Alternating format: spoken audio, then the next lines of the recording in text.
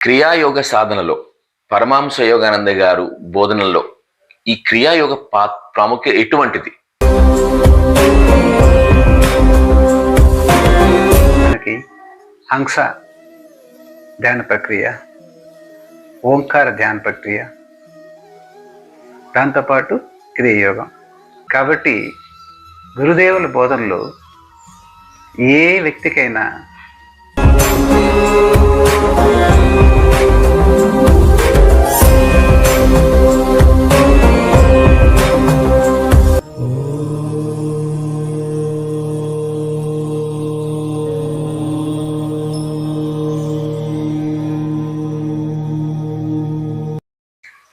స్వామీజీ వందనాలు. తేజ టీవీకి స్వాగతం. స్వామీజీ, క్రియాయోగ సాధనలో పరమహంస యోగానంద గారు బోధనల్లో ఈ క్రియాయోగ ప్రాముఖ్యత ఎటువంటిది, ఎంత గొప్పది? ఇది ఆధ్యాత్మిక సాధకులకు ఎలా ఉపయోగకరంగా ఉంటుంది? పరమహంస యోగానందులు ఇచ్చిన సందేశం, వారి బోధనలు ప్రతి ఒక్కరికైనా వ్యక్తికైనా శారీరక, మానసిక, ఆధ్యాత్మిక ప్రగతికి దోహదం చేస్తాయి. ఆయన బోధనలో ధ్యాన పద్ధతులు ఉన్నాయి. అంతేకాక శారీరకానికి, మనసుకు కావలసిన విషయాలు కూడా ఉన్నాయి. క్రియాయోగం అనేది ఆయన చెప్పిన ధ్యాన పద్ధతుల్లో అతి ముఖ్యమైన అంశం. ఆయన మిగతా ధ్యాన పద్ధతులు కూడా చెప్పారు. ఉదాహరణకి హంస ధ్యాన ప్రక్రియ, ఓంకార ధ్యాన ప్రక్రియ, దాంతోపాటు క్రియాయోగం.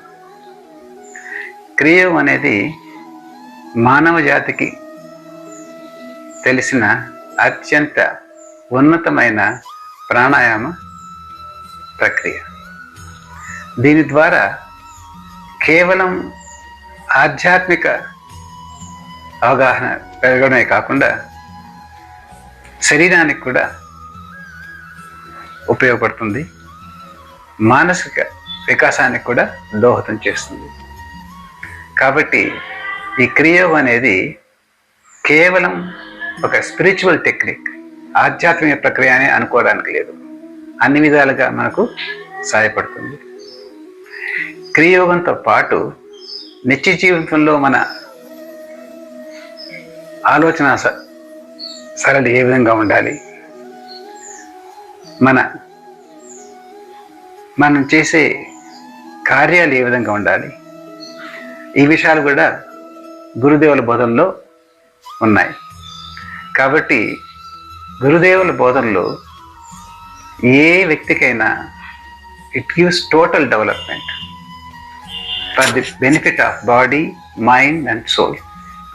శరీరానికి, మనసుకు, ఆత్మకు కావలసిన ప్రగతి ఇచ్చేందుకు పరమహంస యోగానందుల బోధనలు ఉపయోగపడతాయి. ఆ బోధనలో క్రియాయోగ ధ్యాన పద్ధతి ఒక భాగం.